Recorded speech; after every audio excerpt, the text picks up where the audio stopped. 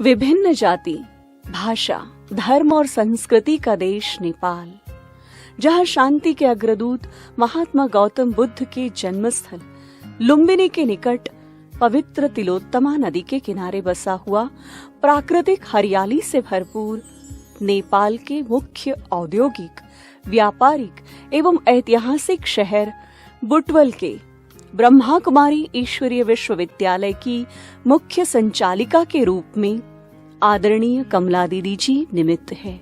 कमला दीदी जी का जन्म 1968 में बुटवल में ही एक समृद्ध परिवार में हुआ। बचपन से ही आपको पढ़ाई में विशेष रुचि रही है तथा दीन दुखियों की सहायता करने में आप हमेशा उत्साहित रही हैं। आप दृढ़ता, उमंग, उत्साह, रहम दिल, रमणीकता आदि गुणों की धनी हैं। सत्य की खोज में आपको 1979 में ब्रह्मा कुमारी ईश्वरीय विश्वविद्यालय में परमपिता परमात्मा का परिचय मिला। सत्य मार्ग पर चलते हुए 1982 में आपने संस्था के मुख्यालय माउंट आबू में प्रथम ईश्वरीय मिलन मनाया। तत्पश्चात समाज को सत्य एवं शांति का मार्ग दर्शाने नेपाल के विभिन्न क्षेत्र भैरवा, पोखरा, नेपालगंज, पाल्पा आदि कई स्थानों में एवं भारत के बनारस, गोरखपुर, विदेश में हांगकांग आदि स्थानों में सेवाएं देते हुए 1996 से बुटवल में स्थायी रूप से आप सेवाएं दे रही है। समाज के विभिन्न वर्गों को ईश्वरीय संदेश देते हुए आध्यात्मिक एवं नैतिक मूल्यों की पुनर्स्थापना, तनावमुक्त जीवन, सफल जीवन का रहस्य, सर्वधर्म सम्मेलन, अलविदा डायबिटीज आदि अनेक कार्यक्रमों का आपने आयोजन किया है।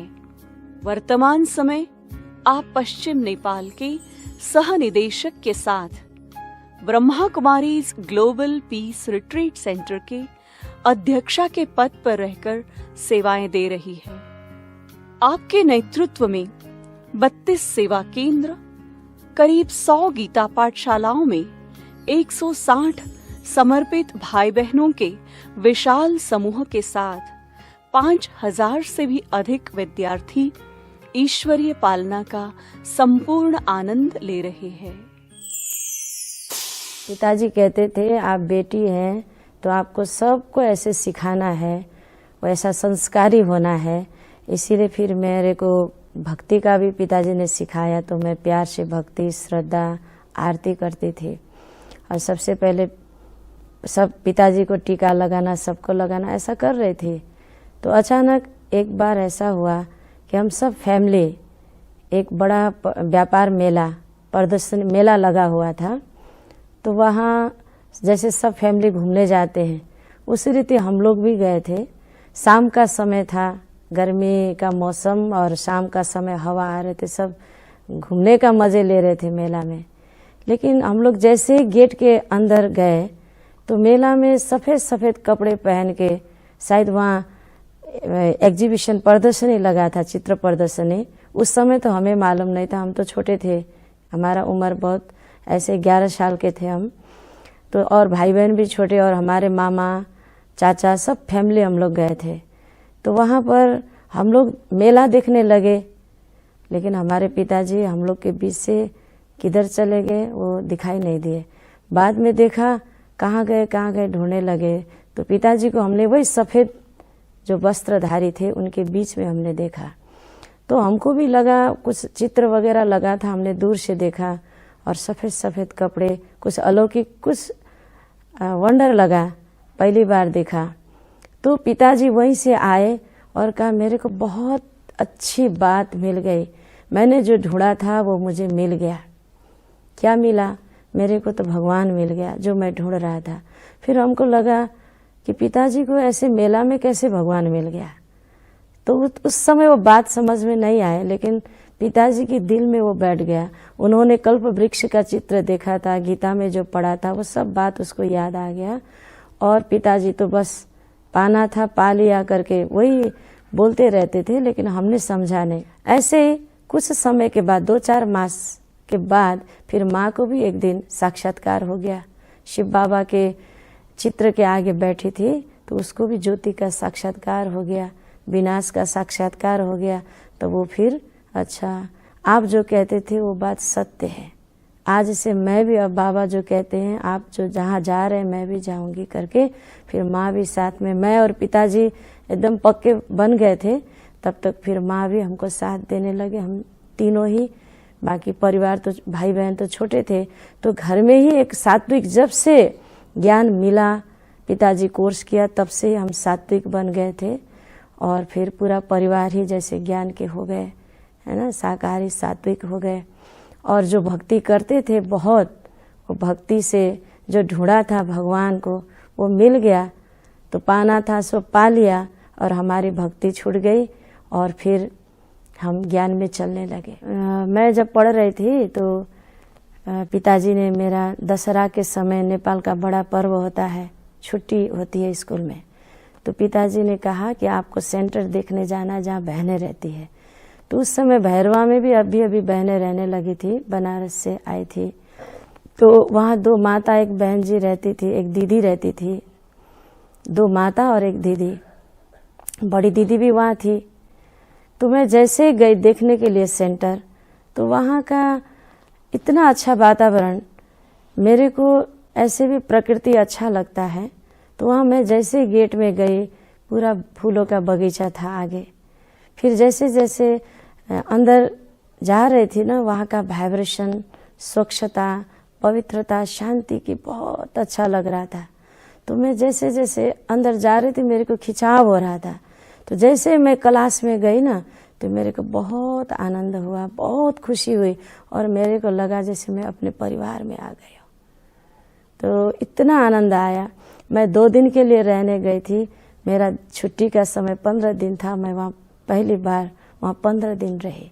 फिर उसके बाद मेरे को भी इतना उमंग उत्साह आया और रोज़ क्लास करती रही। फिर घर आने के बाद फिर धीरे धीरे हमारा लगन देखकर फिर भाई साहब ने, क्योंकि उस समय नेपाल में बहनों की कमी थी, इसीलिए भाई साहब ने कहा कि हमें हैंड्स चाहिए। हमारे पिताजी से मिले भाई साहब और कहा हमको हैंड्स चाहिए। तो अचानक एक दिन का बात है, भाई साहब बुटोल आए और पिताजी से कहा, बद्री जी हम आपसे कुछ लेने के लिए आए हैं, आप देंगे? तो पिताजी ने कहा बताइए भाई साहब, जो भी है हमारे पास, जो चीज़ें हम देने के लिए तैयार हैं।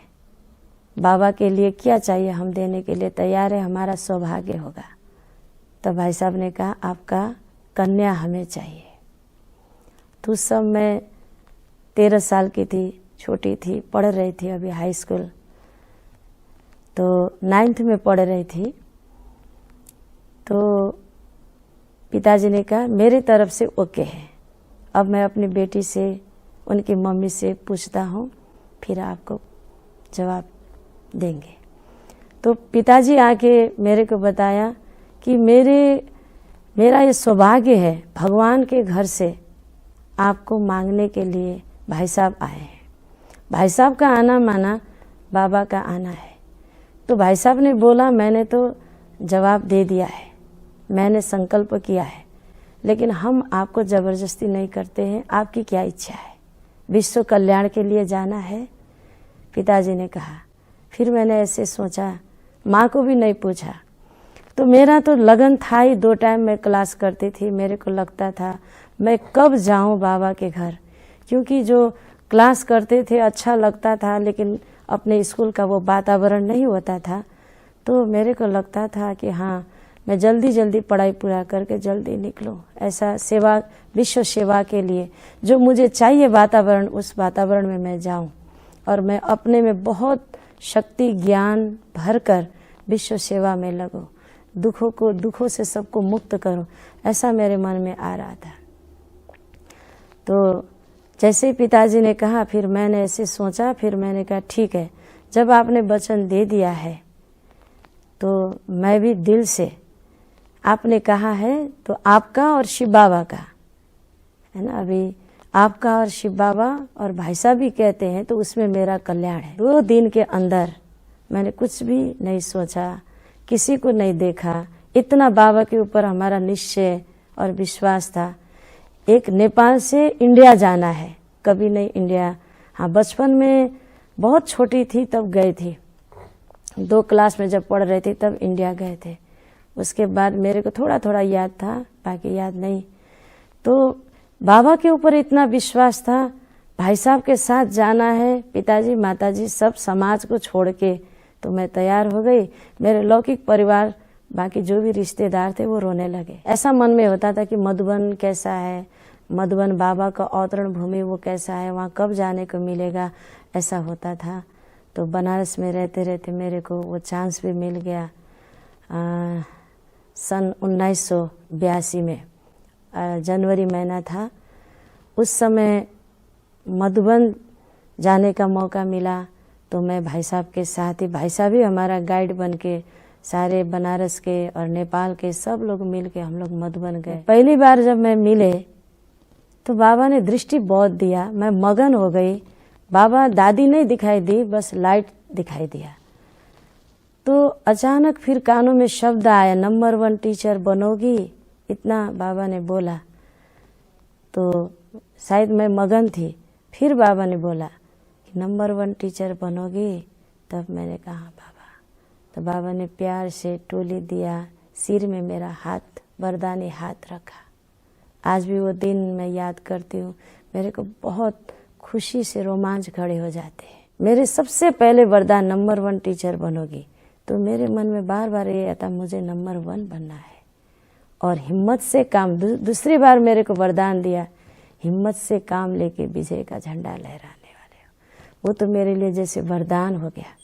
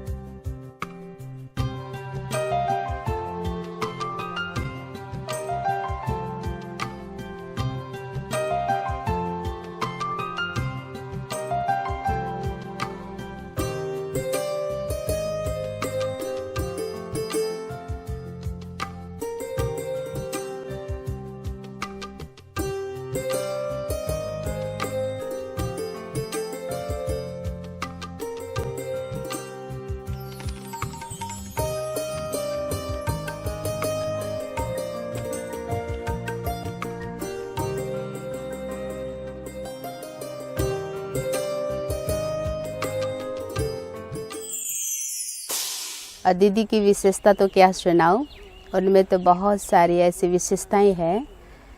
जैसे उनमें एक अलर्ट है, एक्यूरेट है, जो भी कार्य करती है तो वो पूरा करके दिखाती है।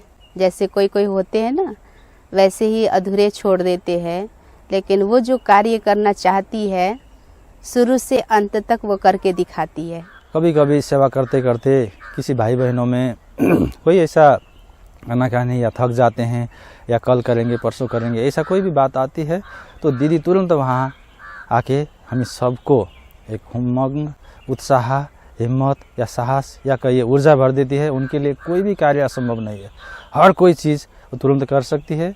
किस में क्या विशेषता है और किस रूप से आगे बढ़ा सकते हैं वो परख सकती भी इतना ही है। और उनमें खुद में भी हिम्मत, उमंग, उत्साह, साहस है तो औरों को भी वो भर देती है। और इसीलिए नेपाल के लिए या विश्व के लिए या कहें या इस क्षेत्र के लिए सभी के लिए गॉड गिफ्ट है, बाबा का गिफ्ट है वो दीदी जी। ऐसे है कि जैसे अभी भी देवी, जैसे भविष्य में तो देवी बनेंगे मगर अभी भी देवी का जैसे स्वरूप दिखाई देता है और हम लोग का भी ऐसे बनने के लिए वहाँ प्रेरणा और उत्साह देते हैं।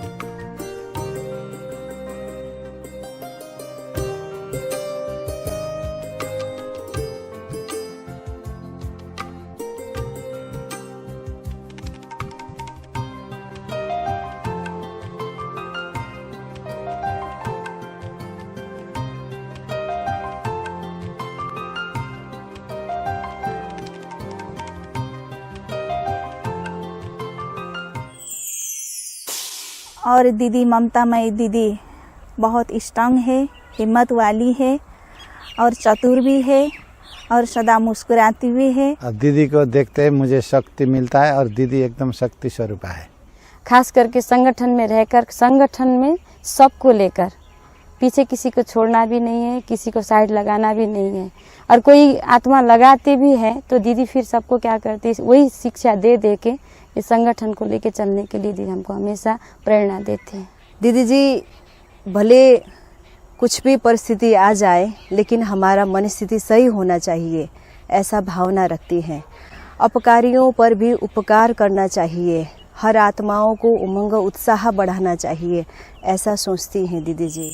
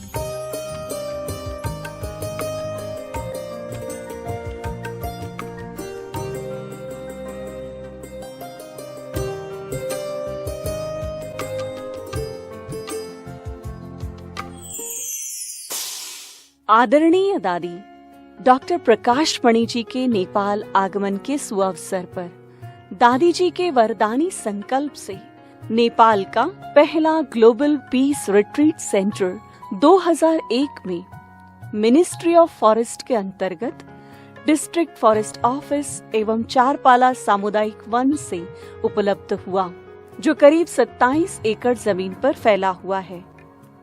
ग्लोबल पीस रिट्रीट सेंटर नाम से मशहूर इस सेंटर में हर वर्ग के लोग ट्रेनिंग, स्नेह मिलन, ज्ञान गोष्ठी, व्यसन मुक्ति प्रदर्शनी, क्लासेस और राजयोग मेडिटेशन शिविर तथा योग भट्टी आदि के लिए आते रहते हैं। यहाँ पर मानसिक एवं शारीरिक रूप से शांति, सौंदर्य, खुशियों के साथ स्ट्रेस फ्री अनुभव करते हुए फ्रेश होने के लिए भी हर महीने हजारों की संख्या में लोग आते हैं और आध्यात्मिक प्रदर्शनी से भी ज्ञान योग का लाभ लेकर नया जीवन जीने के लिए प्रेरणाएं लेकर जाते हैं। ग्लोबल पीस रिट्रीट सेंटर में गार्डन, विश्राम कक्ष, रिट्रीट हॉल, ग्लोबल शेड, जलपरी, चिल्ड्रन पार्क, गौशाला, किचन गार्डन, नदी, प्लेग्राउंड, झरना, मनोकामना पोखरी, ज्योतिर्लिंग, शिव दर्शन, कैलाश पर्वत आदि आदि बने हुए हैं।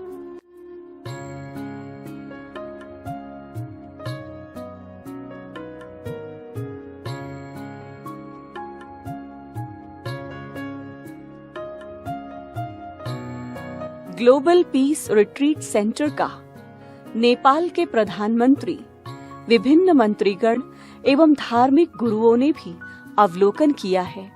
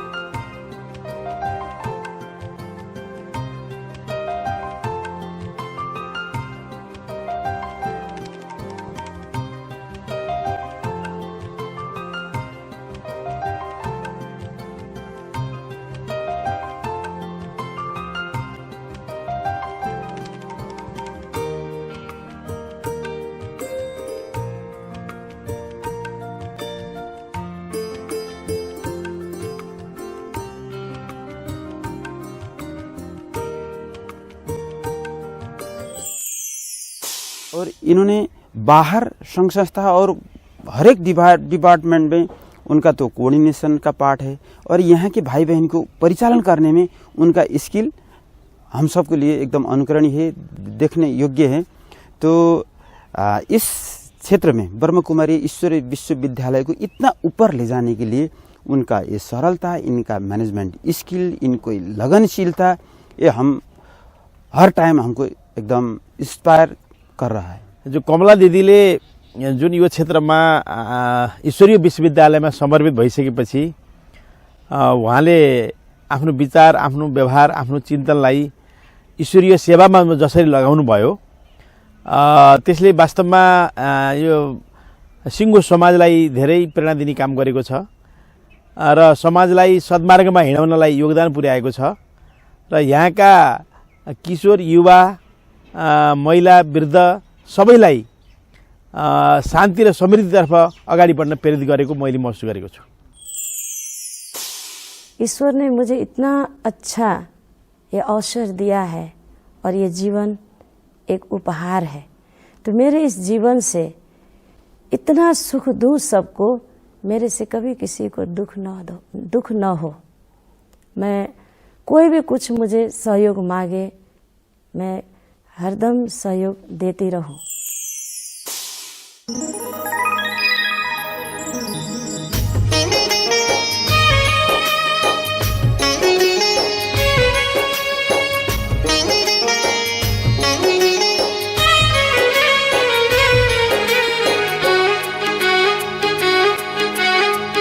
मन खुशी में गा रहा है वाह बाबा वाह, गोद में मिली है हमको आपकी पनाह, गोद में मिली है हमको आपकी पनाह। मन खुशी में गा रहा है वाह बाबा वाह, गोद में मिली है हमको आपकी पनाह, गोद में मिली है हमको आपकी पनाह। वाह बाबा वाह बाबा वाह बाबा।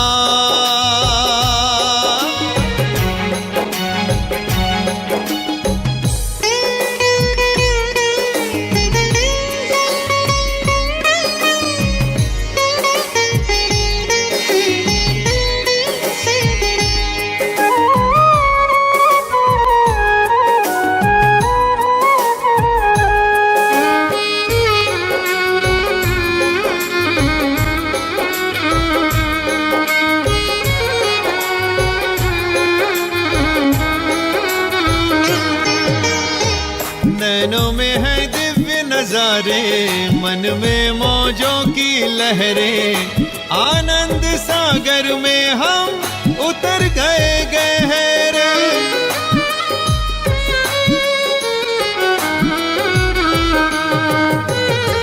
नैनों में है दिव्य नजारे, मन में मौजों की लहरें, आनंद सागर में हम उतर गए गहरे। अपार खुशी मिली है हमको, रही ना उसकी थाह, रही ना उसकी थाह, रही ना उसकी थाह, रही ना उसकी थाह। वाह बाबा वाह बाबा वाह बाबा।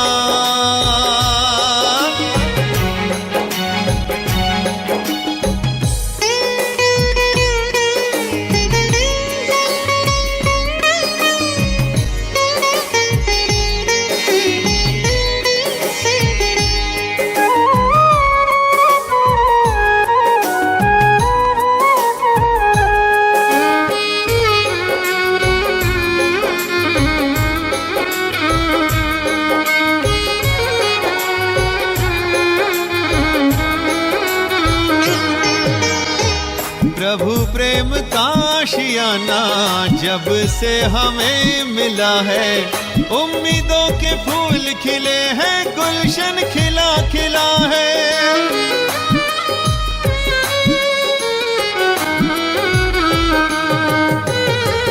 प्रभु प्रेम का आशियाना जब से हमें मिला है, उम्मीदों के फूल खिले हैं, गुलशन खिला खिला है।